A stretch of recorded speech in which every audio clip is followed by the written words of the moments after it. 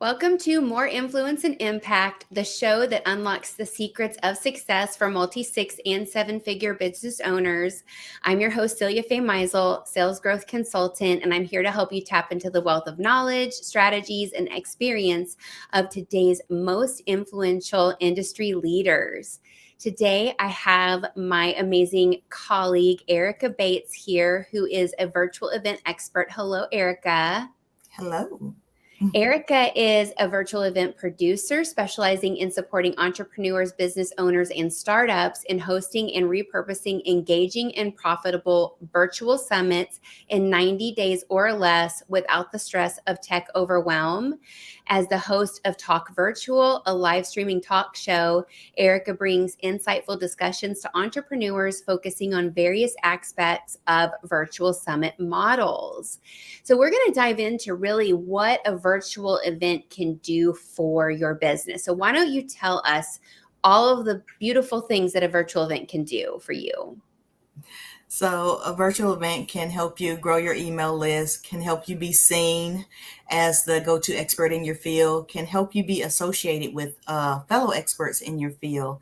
A virtual event is not a one-time end-all be-all. A virtual event can be done one time and it can be used multiple times to continue to get your name out there and let you be known for what you do. Yes, because a lot of times people will do it and then it's one and done. They show up and they do it. And so you actually help people to like repurpose the content and use it in multiple ways. So tell us how you do that. So I love my tech tools. I love my no-code automations. Oh, automations, they're great. Okay, so content fries. Content fries, you upload a video, you chop it up. I like 15 seconds to 2 minutes. When you're in content fries, you highlight the text. Well, I highlight the text. There's actually a button that you can click. So however many 15 seconds or 2 minutes you can get out of an hour, that's how many it will give you. But if you do it yourself, you can get so many more and the clips make sense. I like the clips that make sense. So you can get the text, you can get the audio, and you can get the video. Those are all three things that you can take from just one speaker from your virtual event.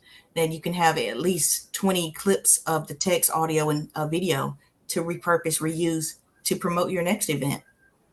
Great. So kind of showing some of the highlights and some of the value that they will get. Wow. And you teach about not having tech overwhelm. So I know your average business owner might come and say, like, Erica, that sounds great, but not for me.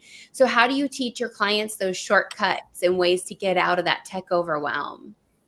So, like I said, I love automations.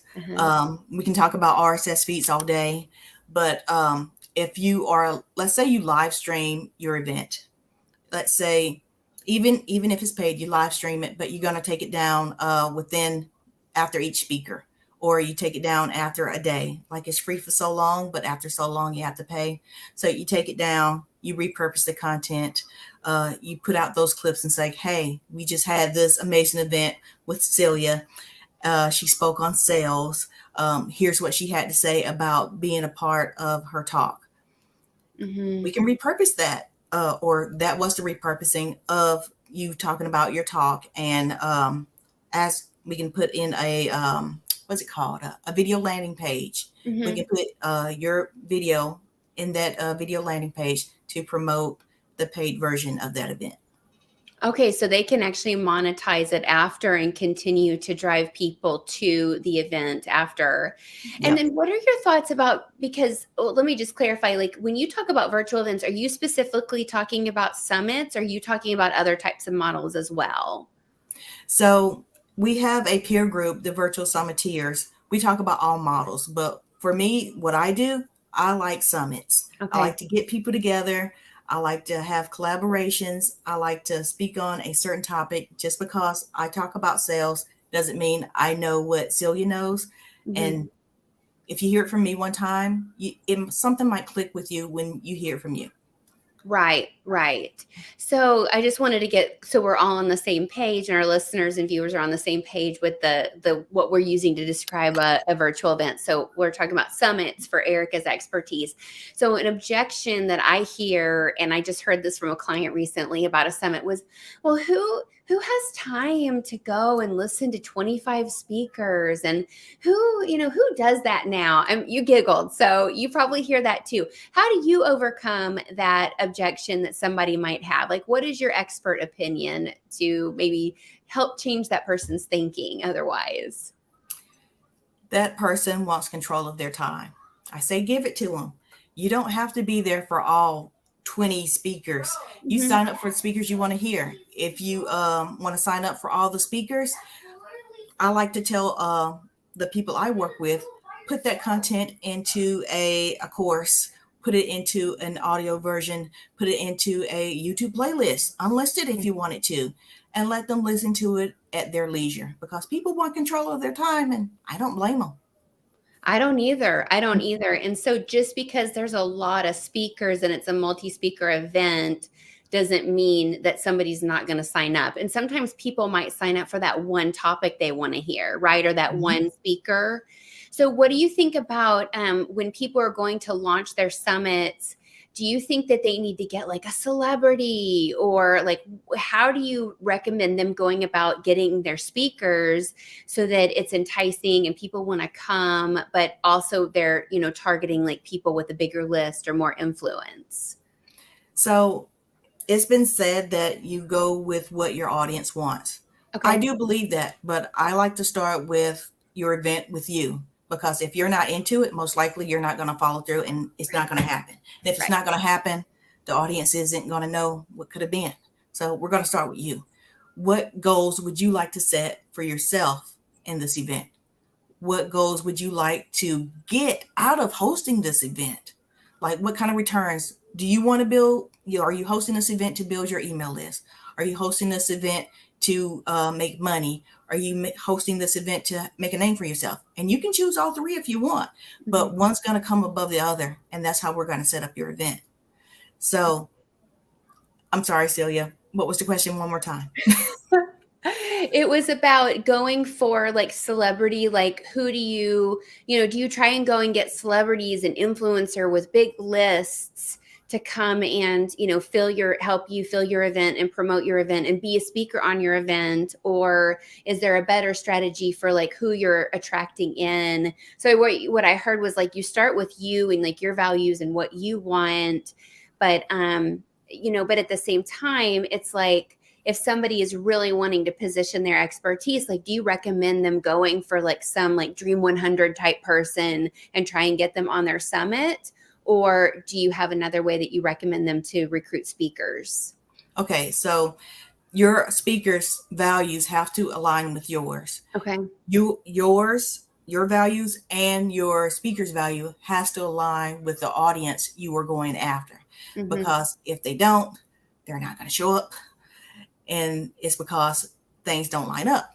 So I like to start off with what kind of event have you seen that you really enjoyed being a part of?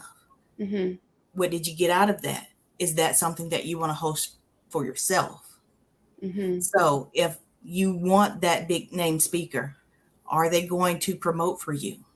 It's been my experience that the bigger names don't promote. So are you willing to pay them to promote? So those are things I ask you to think about before hosting an event. Okay. And do you recommend that your clients, when they're putting on a summit, that they pay people? Or is it just that guru big name may want compensation? If that's what you want, I say go for it. I recommend you write down the things you want. That way we can know when we've won, because I want to win. And I win by giving you everything you want in your event. So if you want that big name speaker, I really wanted Gary Vaynerchuk. And when I asked him to speak at my event, he asked me for $75,000 plus travel, plus food, plus hotel accommodations. And I wanted to give it to him.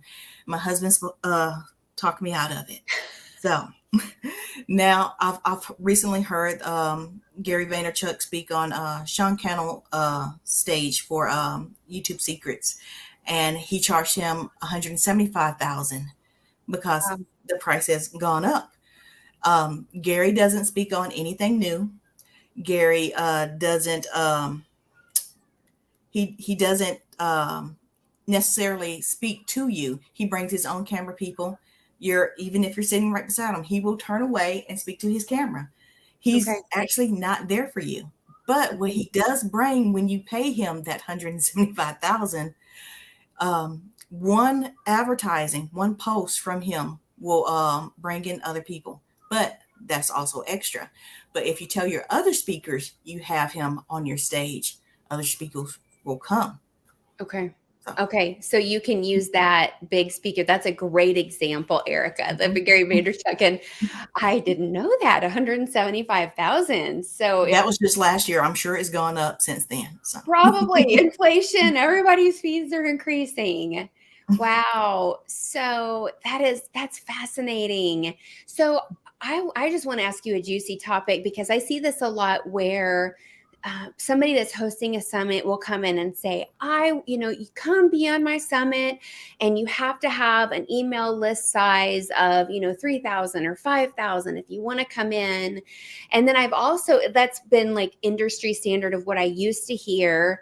But then I started getting into other virtual event groups last year and I heard different leaders and coaches say, I really don't recommend having a list size requirement because it kind of alienates your speakers. And so what is your stance on that, Erica? Like, do you suggest that their guest speakers have a certain list size? no. And no, okay. Because the other thing too is if somebody's starting out and they have a small list under 1,000, and then they're asking everybody to have a 5,000 or 10,000 person list or whatever, like, is that out of integrity to do that? Would you say or no? No. Are your speakers going to promote for you?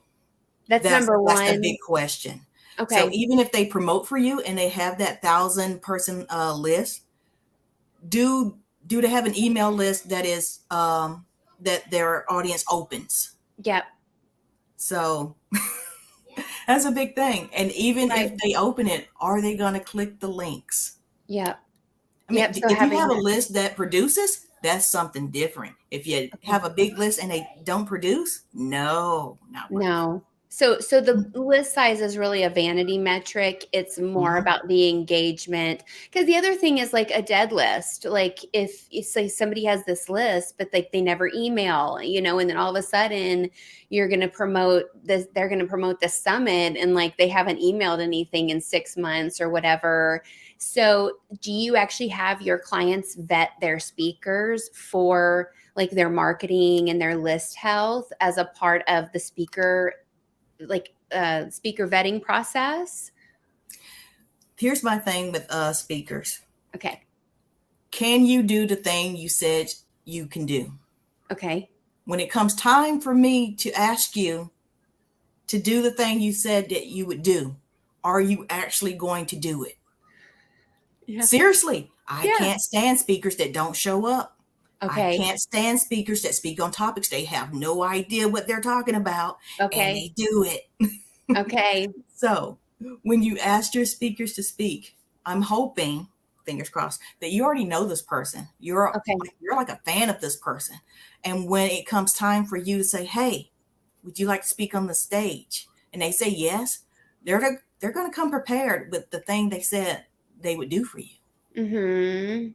Yes, that's so true. I mean, that's basic business, but I think it goes to we just need that reminder, right? Like it needs to be said about showing up and doing what you say you're going to do and actually speaking on things that the topics that you are an expert on.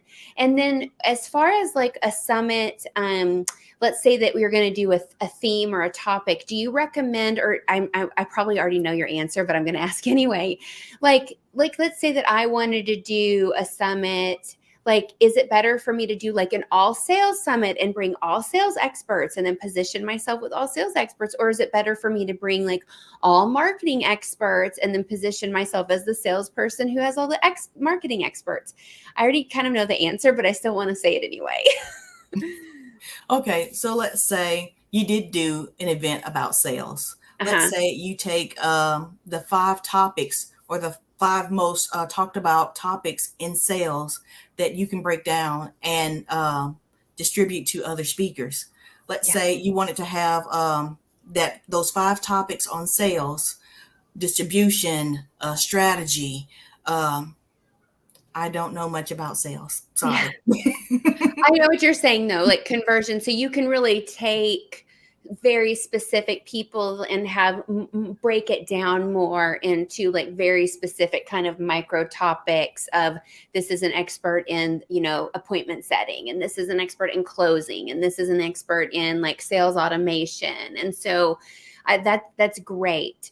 And then I love that. So you make it more complimentary, because I asked this because I was literally just in a conversation this week with a client about a summit. And the client said, well, I'm not really into doing a summit where like everybody is, you know, does the same kind of coaching business as me. And so they feel like they're more drawn to a summit that would be, you know, more of like a general, you know, like personal development where they're like the core expert in that one area. But what I'm hearing from you is if you do a summit where you kind of break down the different expertise in the different topics, you can really stand out for your specific expertise with like how you position it. So really either will work. Don't have people speak on the same thing as you. Yeah. Have them be similar or complementary. Yeah. Brilliant. Oh, this is brilliant. This is so good. You're making me want to do a summit. Hooray.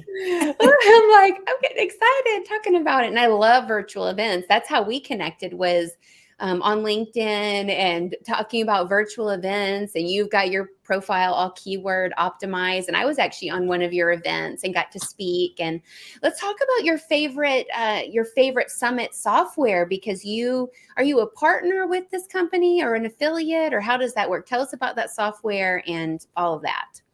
Okay, so yeah, still a big fan of no code automations. There's plenty of event platforms that I love and use. Okay, starting from the beginning. Book Like a Boss. Yes, best $37 I've ever spent on AppSumo. Book Like a Boss books my appointments. Book Like a Boss can also, I've actually held events on Book Like a Boss, but when it comes down to my bigger events, I use it as a platform where I can vet my speakers. Okay. So this is where I ask them, do you actually know what you're talking about? And will you actually show up? Will you actually speak on the topic that you said that you would speak on? I do that with Book Like a Boss.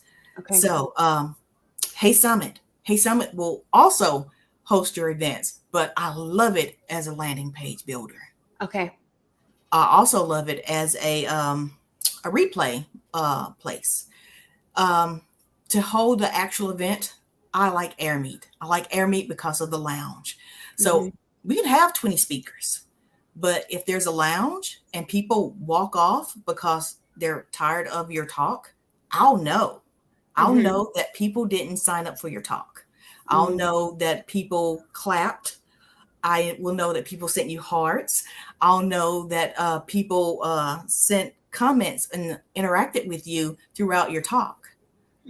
All of that through AirMeet. And when it comes down to repurposing it and putting it on a place like YouTube, I like YouTube for that.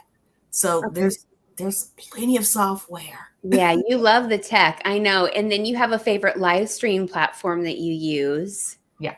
So my favorite is OneStream Live, and that's because if I wanted to integrate it into Book Like a Boss, Hey Summit, AirMeet, or YouTube, I can do that. But there's no stopping me if I wanted to live stream because it makes it so easy for me. Yes. Yeah. So it's really all about that seamless tech and how everything communicates with each other. I remember I went through a long time of finding like my ESP shopping cart, all of that landing page builder, because I wanted something that integrated into my merchant processor that I've had since 2016. And so I shopped and shopped and shopped until I found something that works. And so it's like when we want the tech to talk to each other and use, APIs and all of that, we'll shop around, and really building that ecosystem in the business where the tech integrates seamlessly is so beneficial.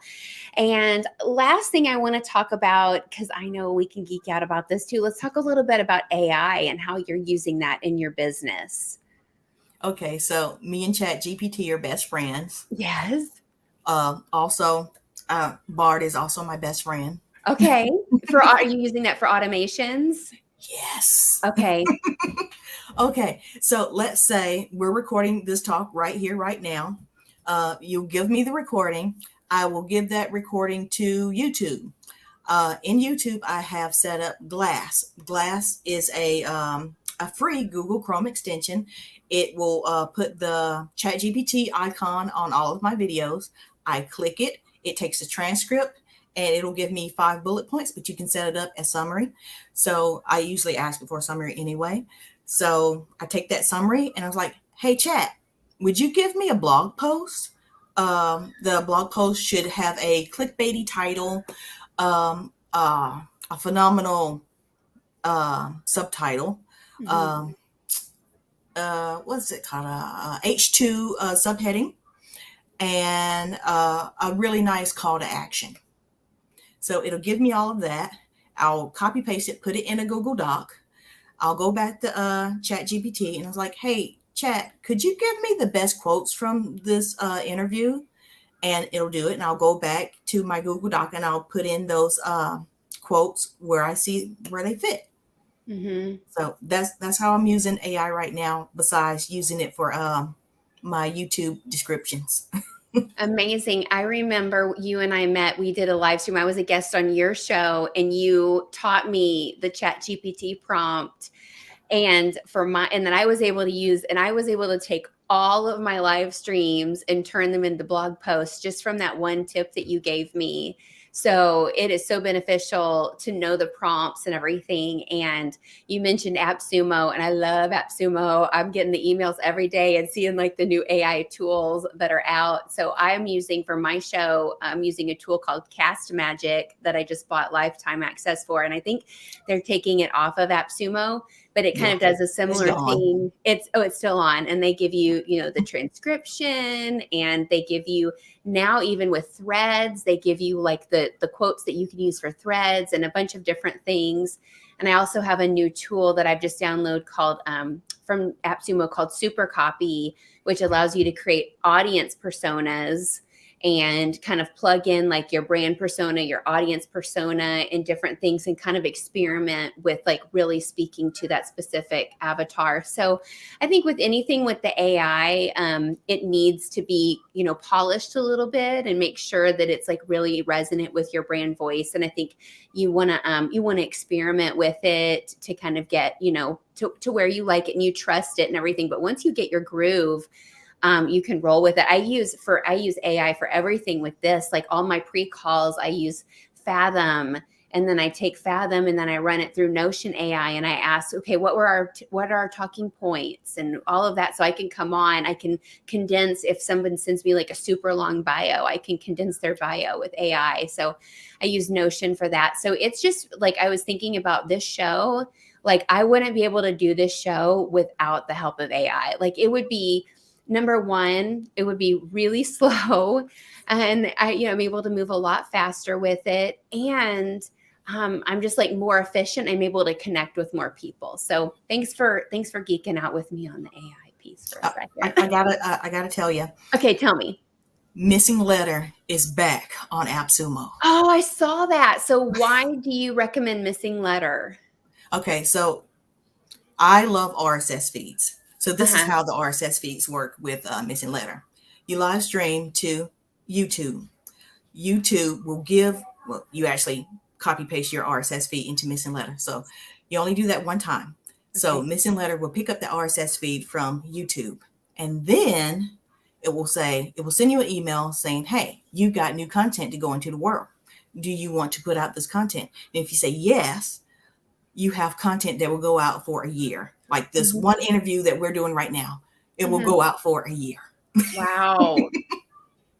That's So amazing. imagine all the people you have interviewed.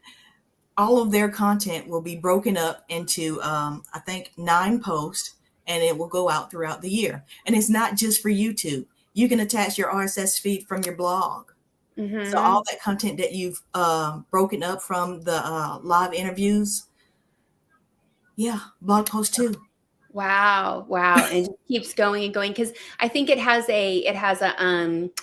posting platform, right? Like, doesn't Mhm. Missing Letter have like a social media posting so you can go and post? So cool. There's another one I'm looking at right now called Vista Social, which is it's sort of like a kind of a Hootsuite alternative, but it has Instagram on as well. And so it embeds Canva, and then it has all these different, so you can do Facebook, Instagram, LinkedIn, all the places. And then you can integrate your Canva account. And then for like the upsell, you can have Chat GPT in there as well. So my goal for the end of 2023 is to like really set up my AI marketing department. So I'm looking at all of my different options. So super fun to talk about the tech tools and the way that you can use AI to really just increase your efficiency and get more content out there and those automations as well. So I'm glad we talked about that. So Erica, Yeah. where does everybody connect with you further? LinkedIn. I love Okay. LinkedIn. All right. So LinkedIn is my go-to. find Erica on LinkedIn, and we will have her links and all of the places in our show notes, in our description, so you can go check her out and connect further. Thanks so much for your expertise and all of your insight today, Erica. And I hope everybody is super jazzed and pumped to launch their own virtual summit. And so you can definitely reach out to Erica if that's something that you want to do to grow your business. And until next time, this is Celia Faye Meisel. We will see